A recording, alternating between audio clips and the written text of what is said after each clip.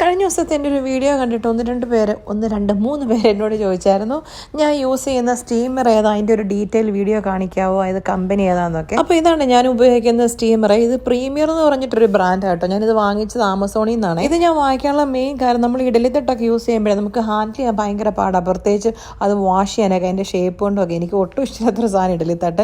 ഇതാകുമ്പോൾ നമുക്ക് easy to ക്യാരിയാണ്, easy to ഹാൻഡിലാണ്, പെട്ടെന്ന് വാഷ് ചെയ്യാനൊക്കെ എളുപ്പമുണ്ട്. പിന്നെ ഇത് 3 ടയർ ഉണ്ട്.